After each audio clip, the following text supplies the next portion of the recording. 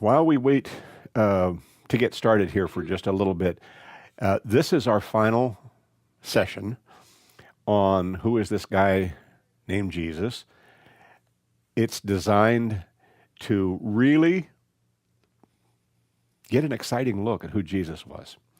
And it really comes down to the fact that we know so much about who he was and what he did, but we have to take it from a number of different sources because nobody could get it all in their head or explain it. Explain it all right? It took 4 different representatives, and so we're going to kind of do a major review of some of the things that are on there after we do 1 or 2 simple little organizational things. We've spent some time on John. We've spent some time on Matthew and the prophecies. We're going to spend a little time on Luke, and then we're going to spend almost no time at all on Mark. Yeah, well, Mark gets included in both Matthew and Luke. And so what you say about Matthew and Luke applies to Mark also. So it's the one book that appears in 3 different places. It's its own book, it appears in Matthew, and it appears in Luke. And so we get a lot of chance to think about what the gospel writer of Mark said.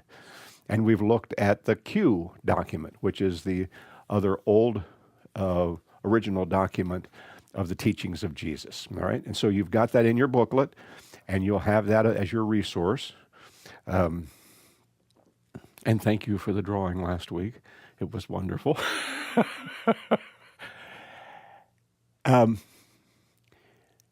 Special question. If you had, when I start asking questions, don't think that there's a right or wrong answer. I'm trying to get interaction, all right? I'm not pre-programming answers. But if you had your impression, how would you describe the Gospel of Mark, the middle gospel? Matthew, Mark, Luke are the 3 synoptic gospels. How would you define the Gospel of Mark? The traditional way of saying it is that Mark was the secretary that wrote down the sermons that were preached by Peter. So in a sense, it is the oldest gospel because it was written previous to both Matthew and Luke, because they included the same book in it in their descriptions. But because it was the testimony and the message of Peter, it took on real importance. There's not a lot of things in Mark. For instance, there's not a lot of background stories of Jesus. It's just what he did and what he taught and what he said. All right. I use a different expression than some people do. I consider Mark as the game plan in the war between good and evil. All right? The game plan of how God wins over the influences of Satan. Because many, many, many stories that we have of Jesus driving out demons or setting someone free from demonic possession happen first in the Gospel of Mark. Okay? So if we put that into the context of how each one of the Gospels defines themselves, Mark is the struggle between the power of God and the salvation of Jesus Christ against the destructive force of the satanic influence in the world. Matthew, how would we describe Matthew? Hi, Grace, come on in. No problem, no problem. I've got your booklet here. Now that's everything we've handed out. So you have that, you can put in a notebook and have it for future reference if you'd like to.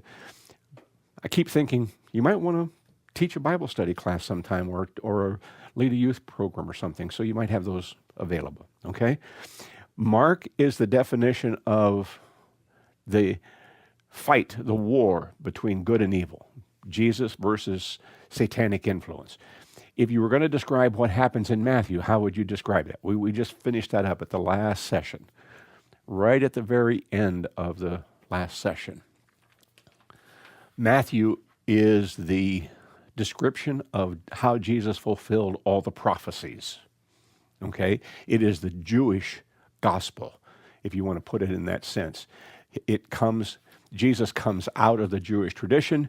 He comes forward to fulfill every one of the Jewish scriptures in the Old Testament, and the Torah, and the prophets. Let's just read one. If I can, I'm going to read one of the Old Testament passages, all right? And I want you to get this, the picture in your mind. And we say Jesus fulfilled all the prophecies. But sometimes that's a little hard to understand. But Jesus himself, from the cross, says these things, all right? From the cross, Jesus begins to recite this scripture. It's called Psalm 22, the 22nd Psalm. Psalm 22. Now this, restating my phrase, all right? Jesus wanted everyone to know that God had intended his crucifixion from the very beginning. This is all the way back to the Garden of Eden, all right? But in Psalm 22, David writes these words, and David lived roughly 1,000 years before Jesus. So David's writing this psalm, and Jesus begins to quote the psalm from the cross. Now, there have been a lot of people say that God abandoned his son and left him on the cross to die alone. I'm not sure that that's true. But here's the tradition in Hebrew thought and Hebrew custom. Once a person began to quote Scripture, it was important to finish it, to take it through to its final conclusion. Okay? Now follow this. Jesus is hanging on the cross. He begins the opening words of Psalm 22. Who's watching and who's standing at the foot of the cross taunting him and teasing him? It would be the chief priests, the leaders of the temple. And here they are in chorus, being required by custom to finish the scripture that he began to recite. Okay, now listen to what they're saying. Listen to the chorus of voices now. Listen to the chorus of voice. These are the people who put Jesus on the cross. Here's what Jesus started when he started to phrase, my God, why have you forsaken me? Why are you so far from saving me? So far from the words of my groaning. All right, you remember him saying that from the cross? Okay. Oh my God, I cry out by day, but you do not answer, and by night, and am not silent. Yet you are enthroned as the Holy One. You are the praise of Israel. In you our fathers put their trust. They trusted, and you delivered them. They cried to you and were saved, and in you they trusted and were not disappointed. Okay, now here's what they're reciting now in chorus. But I am a worm and not a man, scorned by men and despised by the people. All who see me mock me. They hurl insults, shaking their heads and saying, he trusts in the Lord, let the Lord rescue him. Let him deliver him, since he delights in him. Yet you brought me out of the womb, you made me trust in you, even at my mother's breast. From birth I was cast upon you. From my mother's womb you have been my God. Do not be far from me, for my trouble is near, and there is no one to help. Many bulls surround me. What are the reference to the bulls? You know what? It was the great sacrifice. When you did a major sacrifice in Israel, it was one of the bulls. There are, let's see, many bulls surround me. Strong bulls of Bashan encircle me. Roaring lions tear their prey, open their mouths wide against me. I am poured out like water. All my bones are out of joint, and my heart has turned to wax. It has melted away within me. My strength is dried up like a potsherd, and my tongue sticks to the roof of my mouth. You lay me in the dust of death. Listen again. Dogs have surrounded me. Band of evil men have encircled me. They have pierced my hands and feet. Whoops. What did they do? The Jews were not allowed to crucify. Only the Romans crucified. When the Roman government went out of existence, crucifixion went out of existence. It was only for a very limited time and 1,000 years after David wrote these words. Dogs have surrounded me. A band of evil men have encircled me. They have pierced my hands and feet. I can count all my bones. People stare and gloat over me. They divide my garments among them and cast lots for my clothing. Do you understand? That's what the soldiers are doing. They decide, since his robe is seamless, it is woven in one single piece, they decide they're not going to rip it apart and divide it among them. So they cast lots to see who was going to get the robe of Jesus. But you, O Lord, are not far off. O my strength, come quickly to help me. Deliver my life from the sword and my precious life from the power of the dogs. Rescue me from the mouths of the lions and save me from the horns of the wild oxen. That's just the beginning. The choir of people who were actually reciting the words and looking at what was happening on the cross were all sitting there going,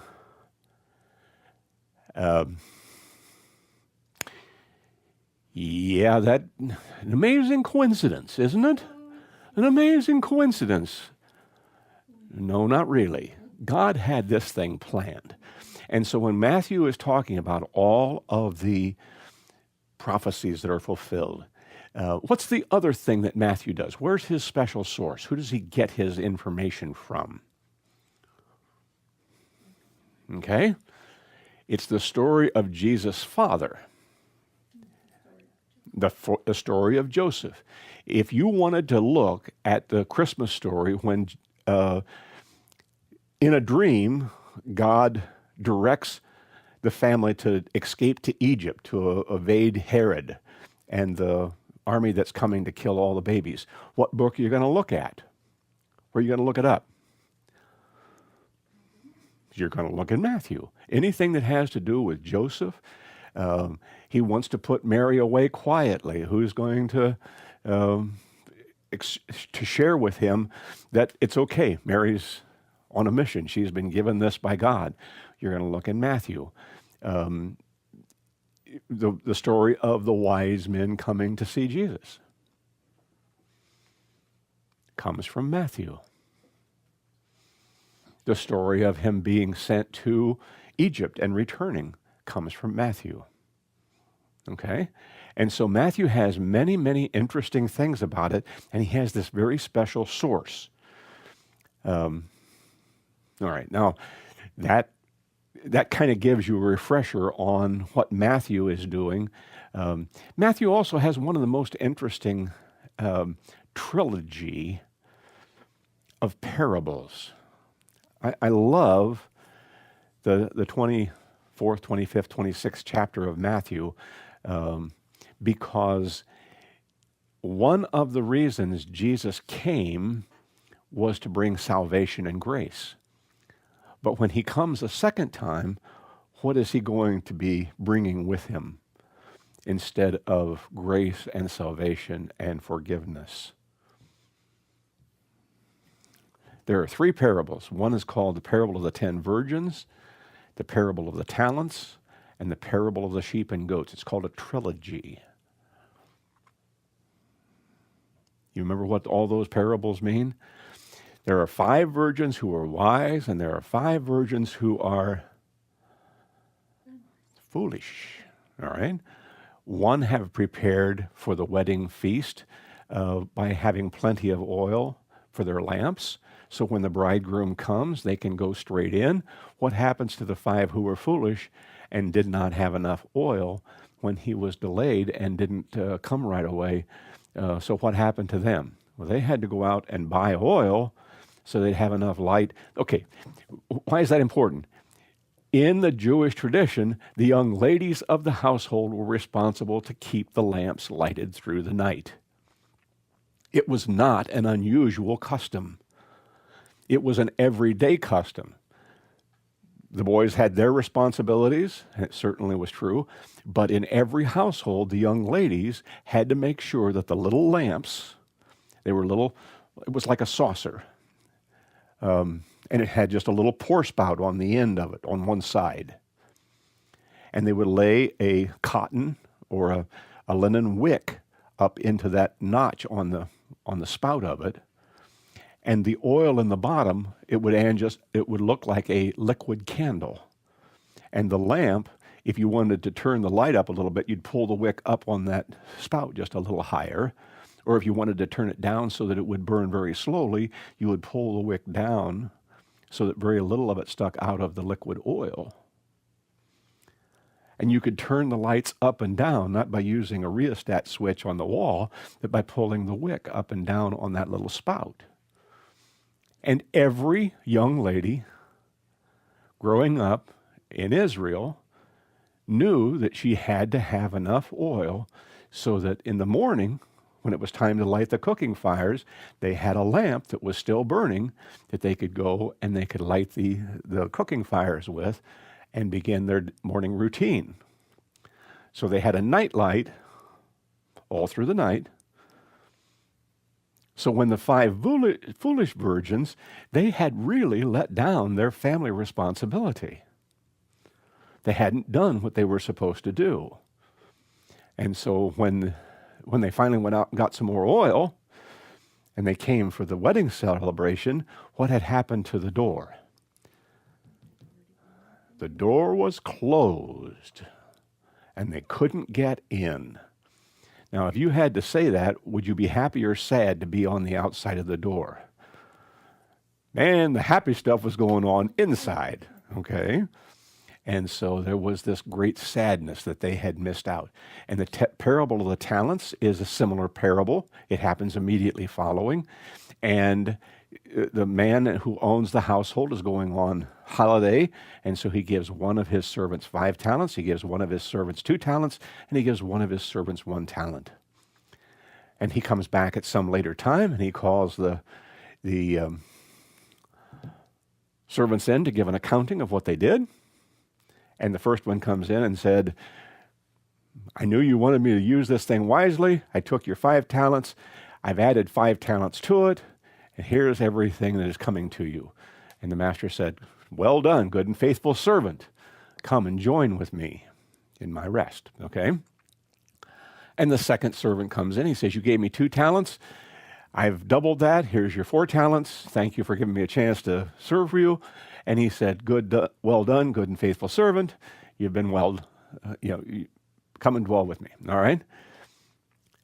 And then the servant comes who was given 1. And what does he say? If you remember the story at all? I knew you were a hard man.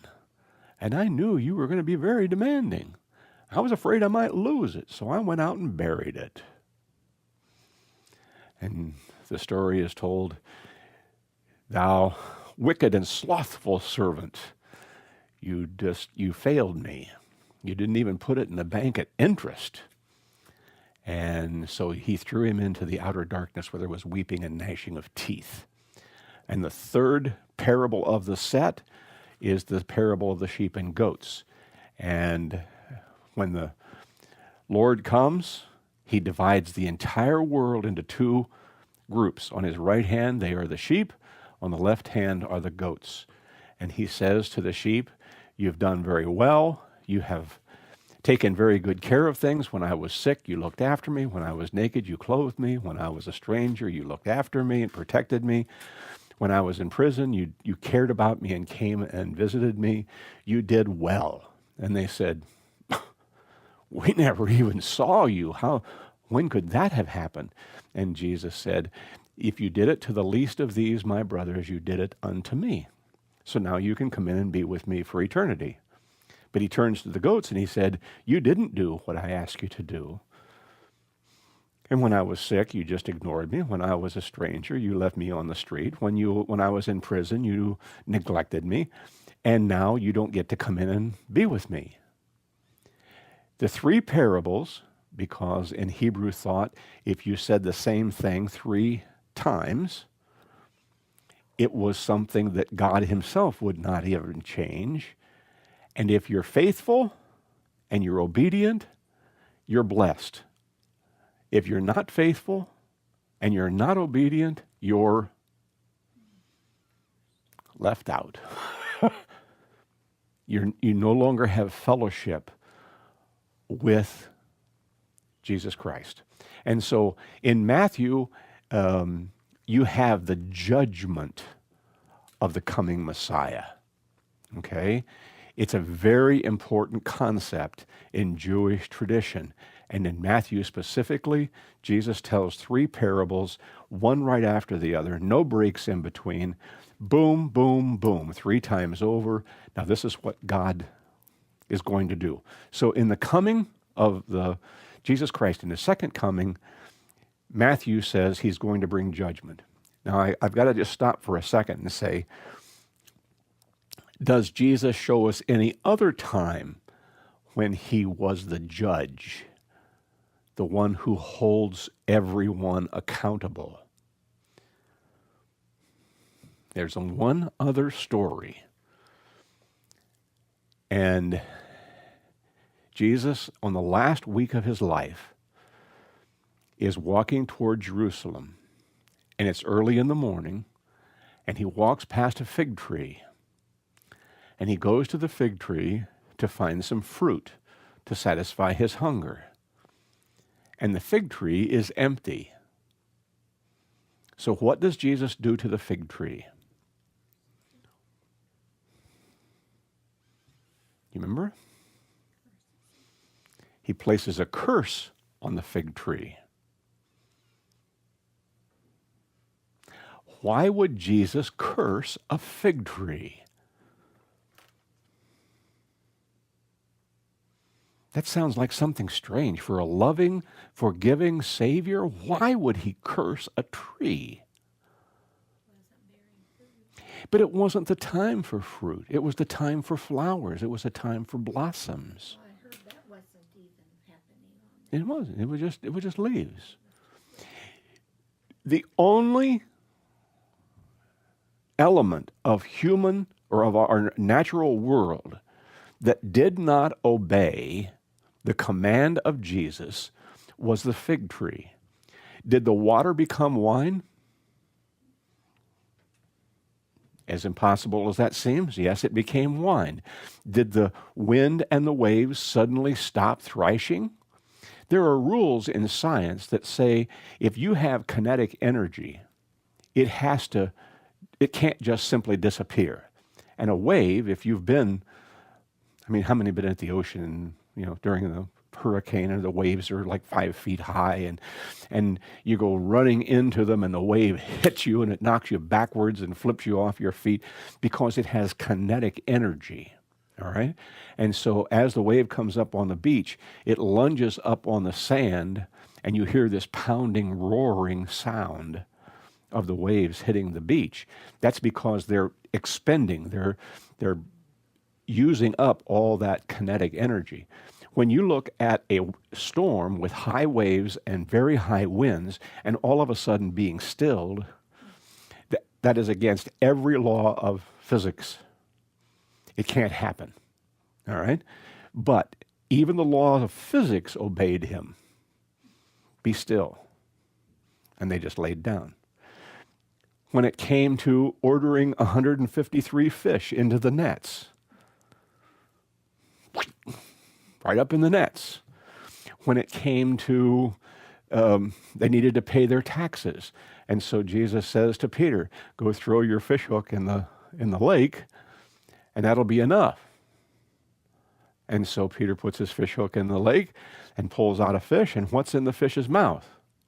A gold coin, which is enough to pay both his taxes at the temple and the ones for Jesus. So what physical element or force or law of nature did not respond to his command? Remember how they were transported from the middle of the lake, 3.5 miles to their location instantaneously? Making food to feed 5,000 people from 5 loaves and 2 fish. There is nothing from giving new eyes to the blind man to anything that did not obey his command, except the fig tree. And he went to the fig tree and asked for food, and the fig tree said, I think I remember this, no, it's not the time for figs. It's the time for blossoms. You're asking too much. Or something close to that. Jesus cursed the fig tree to show that he does have the power and authority to be the judge of all of creation and every creature. I'll come back later. All righty. God bless you, Ed. Thank you. And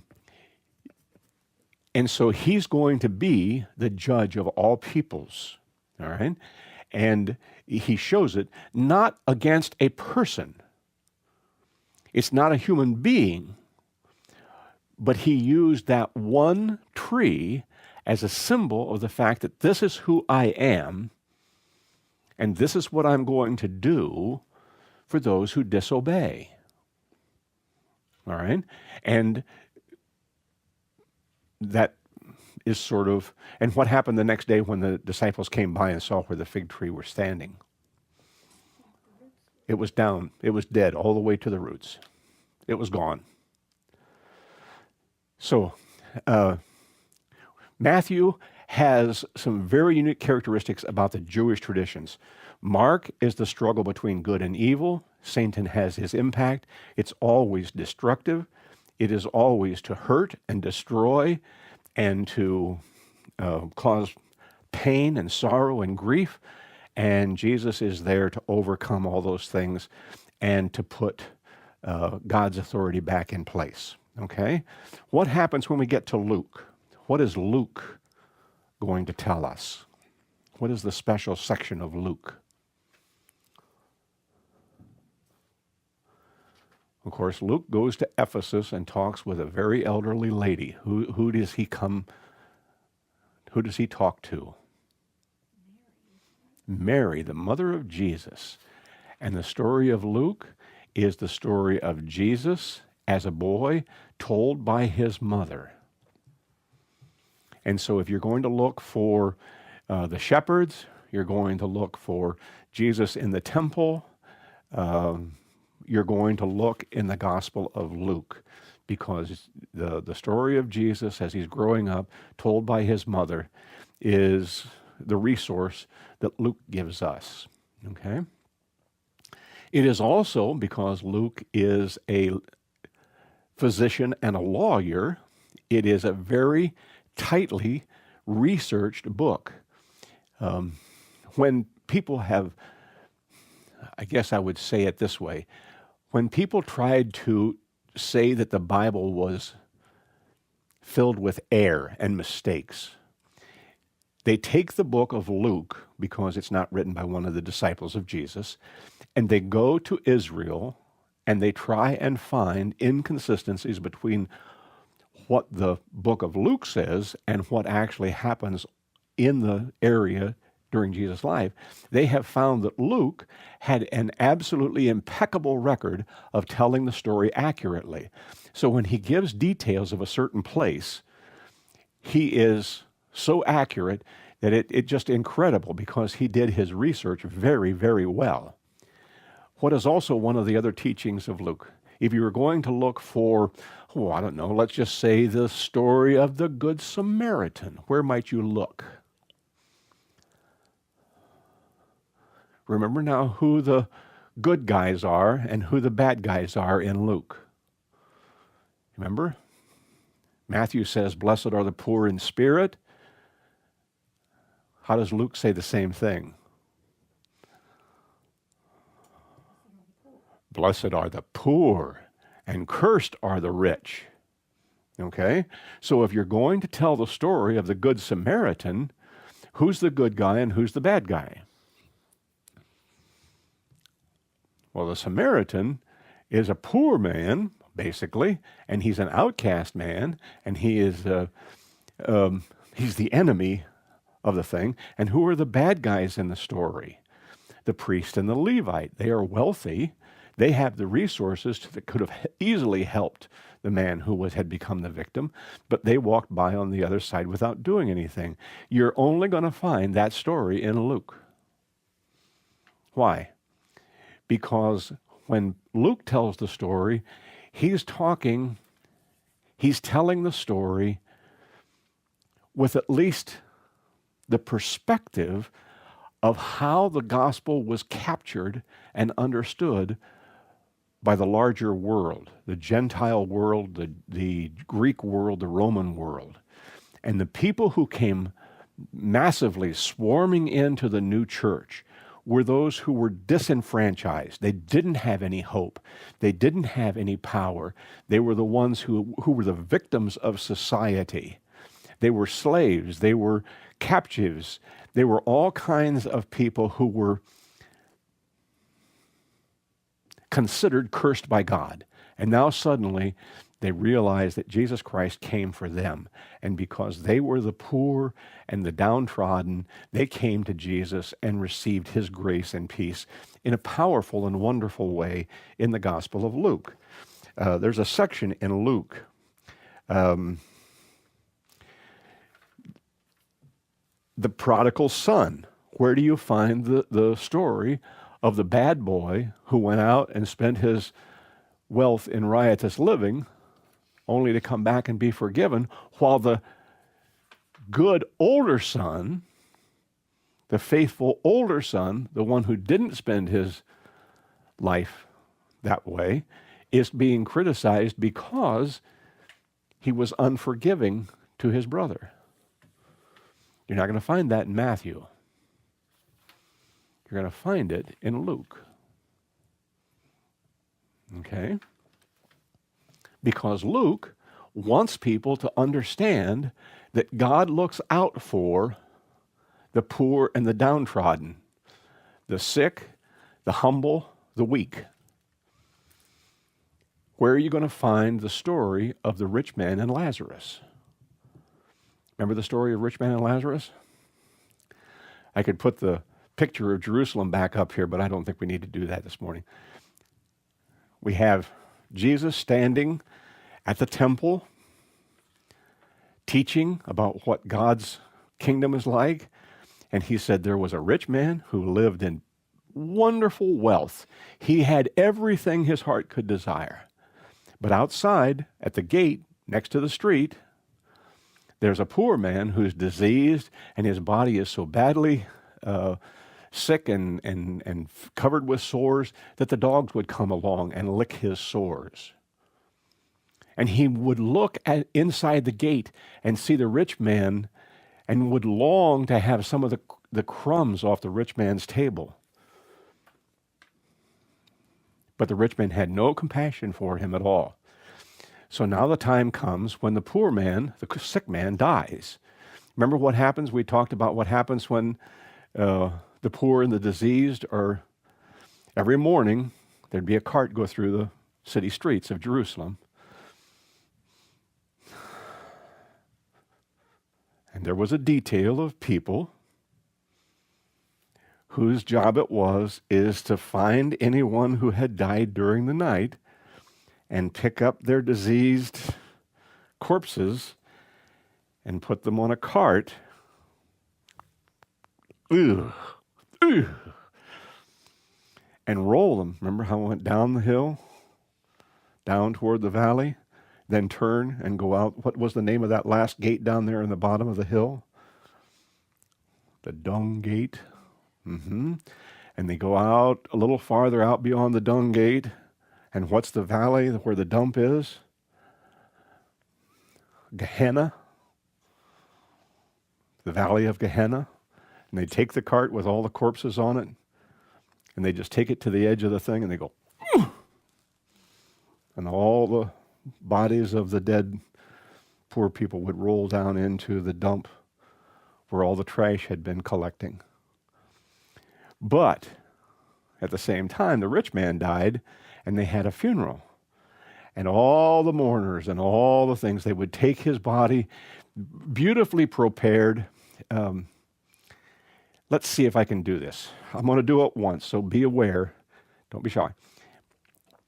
They had women whose soprano voices were so high and so shrill that they would cry out in many, many, many ladies who were paid to wail. All right? If you go to the western wall of the temple, they still do that. And it sounds a little bit like,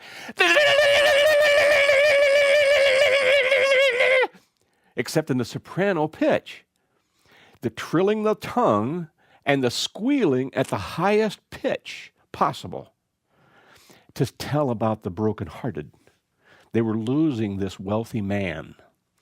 And this whole chorus of screaming ladies, wailing ladies, would follow along behind the body, and all the way up on the top of the mountain where the rich people were buried. Remember on the Mount of Olives, completely covered with tombs? And they would lay the body very carefully down into the stone box where the family had been buried through all the ages, through all the generations. They all shared the same coffin. Okay? But they wake up and their positions are reversed. The poor man is laying right with his head right on the shoulder of his patriarch, Abraham. And where does the rich man wake up? Down in the city dump in Gehenna. Help me, Father Abraham, please send Lazarus to me with a drop of water that he can take off his little finger and drop a drop of water on my tongue. Okay. Abraham said, nope, can't do it. There's a gulf fixed between the two results here. You had everything. Now Lazarus, who had nothing, is receiving all the blessings. Now, what book are you looking at here? You're not going to find it in Matthew. You're not going to find it in Luke, or in Mark. You're going to find it in Luke. I have made a mistake. You caught me. I got ahead of myself. Okay? Because Jesus is using the geography of Jerusalem to teach the lessons of eternity. Okay? It doesn't make any difference how much you die with in your possessions. It's how much you have been faithful to living according to God's plan for you. Okay, so now we have a picture of Luke. Let's take another quick moment and go to the Gospel of John. We started there, and we spent several days on the Gospel of John. What can we understand from the Gospel of John? It is a strange gospel in the sense that it's not like Matthew, Mark, or Luke. It is an unusual gospel because it has how many proofs that Jesus, 7 proofs that Jesus was the Son of God. And coincidentally, actually on purpose, every one of the miracles that Jesus performed in the Gospel of John was superior to the miracles that happened in Moses as they were being brought out of Egypt. Okay? Every one of them was superior to the miracles of the Exodus. So what Jesus says as he's discussing his testimony, even Moses testifies that I am the Son of God. And how does Moses testify? Moses has been dead for roughly 2,000 years. Well, 1,500 anyway. So how can Moses testify about Jesus? Because everything that proved to the people of Israel that God was leading them, remember the opening of the Red Sea, remember the 10 plagues, remember the water from the rock, remember how the manna came, remember all those things? They all proved that God was taking care of them. Remember the tabernacle, what was standing over the Holy of Holies in the tabernacle to prove that God was right there in the middle of the camp? The big tall pillar of cloud in the daytime and the pillar of fire at night, all with the indication God was right there with them, leading them every step of the way. Okay? So how do Jesus's proofs in the Gospel of John show that they are superior to the miracles of Moses? Okay, let's just take the first one. Jesus is at a marriage feast in Cana, and they've run out of wine. So where does the wine come from for the marriage feast?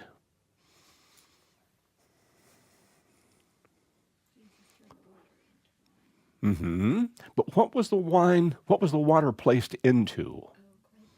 No, not clay pots. We think of clay pots. They were stone pots, very unusual. Clay pots were the normal.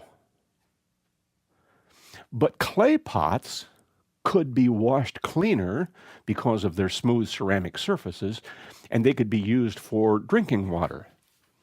Stone was not used for drinking water because it couldn't be purified and couldn't be cleansed to make it pure for drinking water. But there were 6 stone vessels.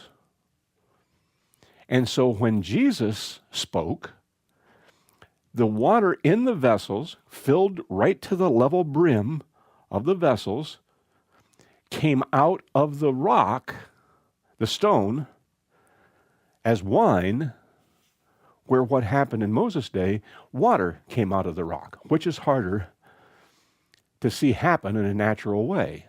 There are times when a rock will crack and water will seep out. Has there ever been a time when a rock cracked open, so to speak, and wine came out? No. Never happened. All right? We talk about manna in the desert. We talk about quail that came, the quail were flying down low, close to the ground. And all they had to do was just take a stick and snap, and they could knock a quail down and have meat as well as manna. All right? But how did Jesus do it?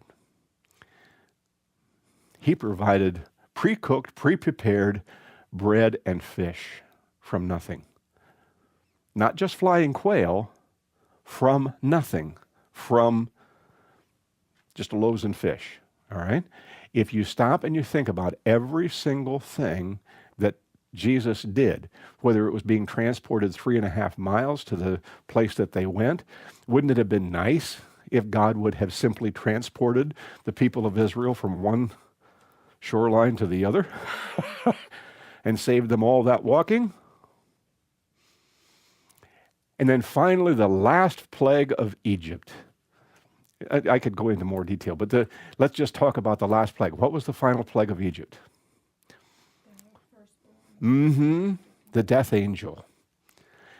The death angel was to come and take the firstborn son, firstborn male, from every household that did not have the blood of the lamb on the doorpost and the header. Okay? So what is more difficult? To end the life of 10,000 people in a day or a night, or to bring one man back from the dead who's been in the grave for 4 days? 10,000 on one side and only one on the other side. But which is harder, to take away a life or to bring back a life? To bring back. And so every one of the miracles that Jesus performed as proofs in the Gospel of John were a testimony that he had more power. His power was superior to even that of Moses, including Moses took a brass snake and put it on the top of a pole to keep people from dying. Jesus said to Nicodemus, if I be lifted up, I will draw all men to me in the same way. And so Jesus not only heals, he not only saves from the serpent's bite, but he saves for all eternity anyone who looks to him as he's raised up on the top of a pole. Okay? So it's a very, very interesting gospel. I put an extra packet of pages at the back of your folder, and it is an explanation of why I feel John is such a powerful gospel. And it tells some of the story that I've given you verbally this way, but I've given it to you in written form in the back of the book there, where it starts out with, I have a certain preference for the Gospel of John, all right? And I'm just trying to tell you the truth. I really feel like John has changed more people's lives hearing the message that John tells. In the beginning was the Word, and the Word was with God, and the Word was God. And we just didn't listen. But we still can listen. There's still time for us to listen, because we have not come to that point, as it says in the Gospel of John, where with him standing there on the cross, the thief on the left, remember the goats on the left side? You're just wasting everyone's time. You're a worthless person. You don't even have the power to bring yourself down off the cross. I despise you. But the thief on the other side looks at Jesus, and what does he say in the Gospel of John? When you come into your kingdom, remember me. And Jesus says, today you will be with me in paradise. John is very specific. What is the sign that they put on the cross above Jesus' head? King of the Jews. King of the Jews. In 3 separate languages. So that anybody from any part of the territory could look up and see above Jesus' head, this is who is hanging here. And the Jews, the Jewish leaders, went back to Pilate and said, no, you can't put that sign up on there. You have to change it to say, he claimed he was the King of the Jews. Pilate said, no, what I've written, I've written. This is the way it's going to be. If you're going to look for what was happening in the council chambers of who decided to have Jesus put to death, what book are you going to look in? John. If you're going to look at someone who tells you word for word what happens in Pilate's private chambers, his inner chambers where no one was allowed to go, but they tell the story of what he said. And it boils down to this. Pilate says to Jesus in these private chambers, don't you realize I have the power to put you to death? And Jesus responds with these words, you have no authority that has not been given to you from above. Now, what does that mean? Who gave Pilate his authority to be in Jerusalem? The Caesar first. The Caesar made the choice of who to send because he was sent there on direct orders from the Roman emperor. But who called the shots for the Roman emperor? Who put Pilate's name in Caesar's mind to make him the... You have no authority, and Caesar has no authority that has not been handed down to you from above. In other words, you have your responsibility and I have mine. Do your job, and I will do mine. Kind of a strange way to say that when you're under a death sentence. Do your job, and I will do mine. You're a man under authority. You have authority, but I'm a man under authority, and I withhold my authority in order to be faithful. Okay?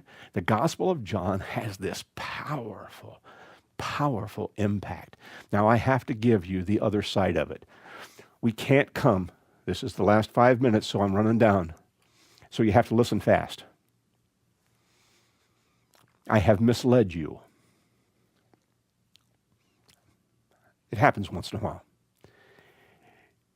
I told you that John includes only what he has seen and heard.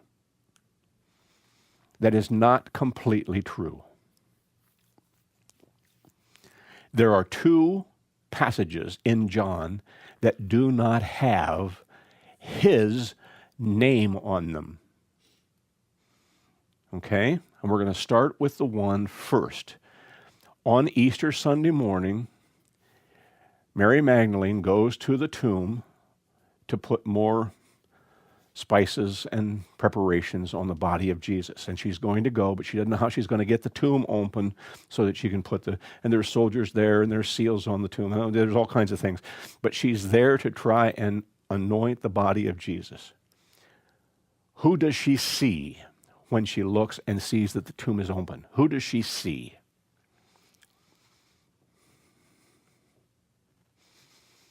Does she see the soldiers? No, they're gone. Who does she see? She sees Jesus, and she thinks he is the gardener.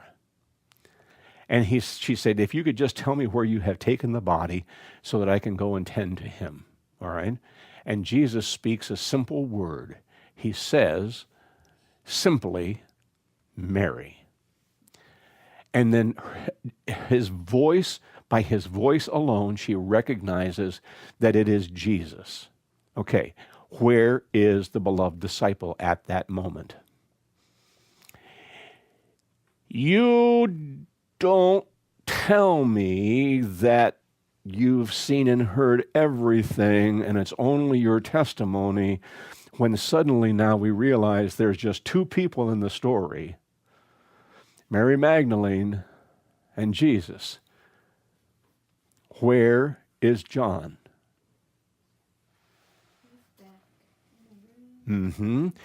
As Mary goes back to the upper room to tell the disciples what she's seen and what she, talked over with Jesus, John, the beloved disciple, and Peter run to the tomb to see for themselves. So we know for a fact his testimony is, I wasn't there when Jesus spoke to Mary.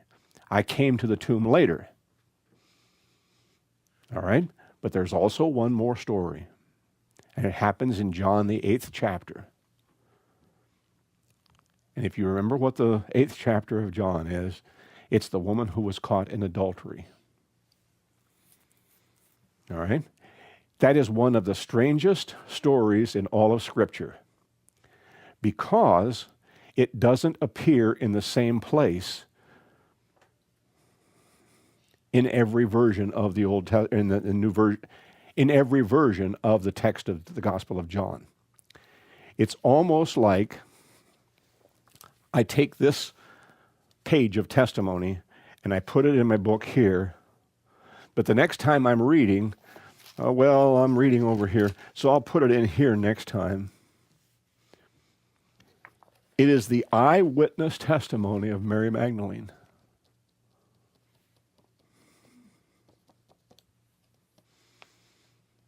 John is a first-person testimony of two individuals giving testimony about Jesus.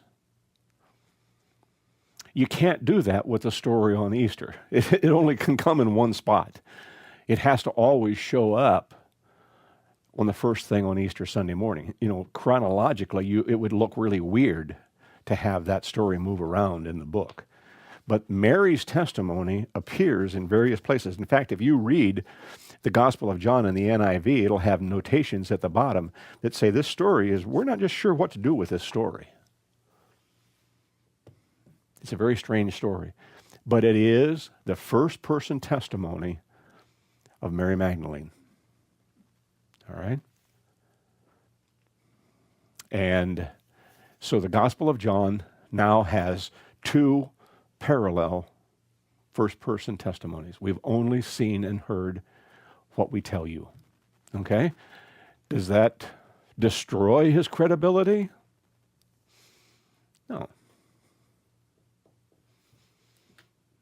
And remember, he's the one who took the mother of Jesus and took care of her for all the rest of the days of her life. She lived to be very elderly. Okay, do you have any questions of me? I have gone through the story of Jesus in all of the four Gospels and given you each individual one so that you can see. Do you have any questions? I had in my notes that Luke, you said Luke was the oldest gospel story of Jesus, but No, it can't be because, Mark is the oldest. yeah, Mark is the oldest one. Mark is the oldest one. I may have even misspoken, but what I was trying to get across was Luke used Mark in his gospel, so that makes Mark the oldest one.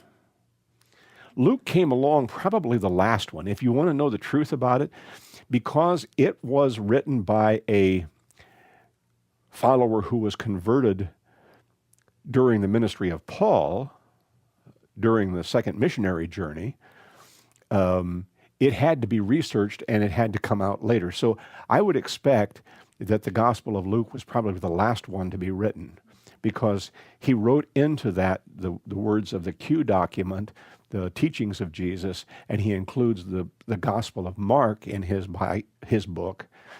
And then he continues to write over into Acts as the legal brief for Paul's trial in Rome.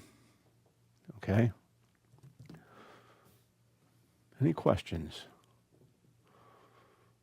That shrill thing that the ladies do, don't they do something at a child's birth too that kind of is like Well, that? there are all kinds of places where that trilling happens, all right? It's the sign of very high emotion. It is to be, there are two ways of communicating grief. For men, the tradition is they didn't wear button-down shirts. They basically had robes where they had an opening at the neckline, and they would put it on almost like a tunic, all right?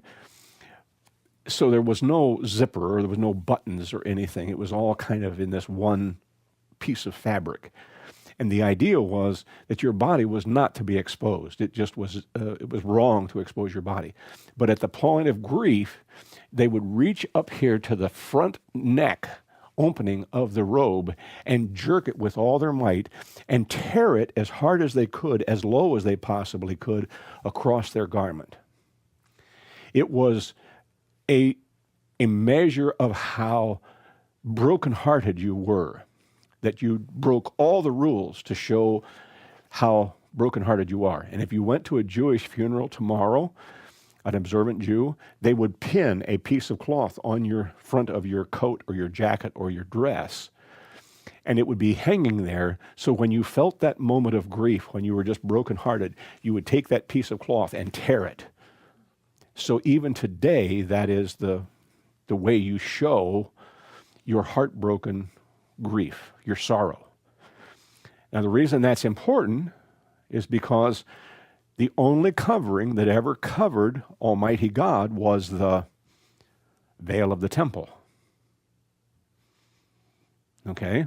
The veil of the temple is what separated the room in the temple where the priests served from the room in the temple where God lived. All right? Had this beautiful tapestry hanging from rings across the top of the temple building itself. And at the moment that Jesus died, at the very instant that Jesus died, from the top to the bottom, it says, if you had a team of horses, you might be able to pull it from the bottom and go to the top, maybe. But in the gospel, it says, from the top to the bottom, the temple veil was ripped right down through to the bottom hem, all the way. God literally exposed himself. What was never supposed to be seen by human eyes suddenly is ripped apart, and the Holy of Holies is standing there wide open for all to see in God's grief. Tell me that that doesn't cause goosebumps to raise up on the back of your neck and arms. It's just so cool that God put this whole plan together exactly on time at the very same moment that he gave the people of Israel their freedom in Egypt. At the very same day, at the very same hour, at the very same moment, he gives his own son. Remember the story of Abraham taking Isaac to the mountaintop. Where's the sacrifice? Where's the sacrifice? Where's the sacrifice? God will provide. He put his own son on the altar. God said, nope. And he provided. 2,500 years later, God puts his own son on the altar. And it breaks his heart at the moment of his death. Never to have to happen again. Can I have a word of prayer with you?